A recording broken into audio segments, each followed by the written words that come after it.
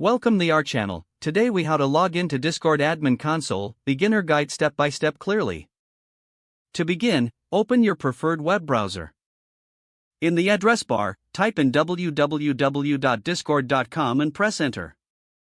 Once the Discord homepage loads, look for the login button at the top right corner.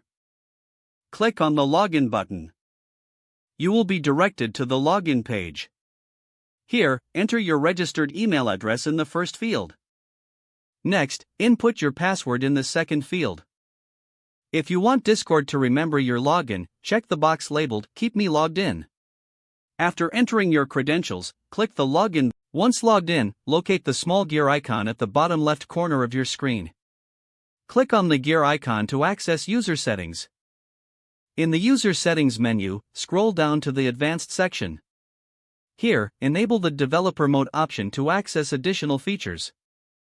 Next, return to the main Discord window. If you are part of a server where you have administrative privileges, locate the server name on the left sidebar. Right-click on the server name to open a context menu. From this menu, select Server Settings to enter the admin console.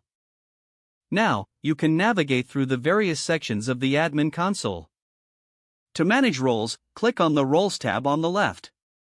To configure channels, select the Channels tab. Make sure to explore each section to understand the available options. And that's how to access the Discord admin console successfully. If the page does not load, refresh the browser or try again in a private or incognito window. Make sure you are using the correct email address, then retype it carefully to avoid small typos. If your password is not accepted, use the reset option and create a new strong password you can remember. Check your spam folder for verification or security emails, then complete any requested confirmation steps. Enable two-factor authentication if available to improve account security and reduce unauthorized access risk.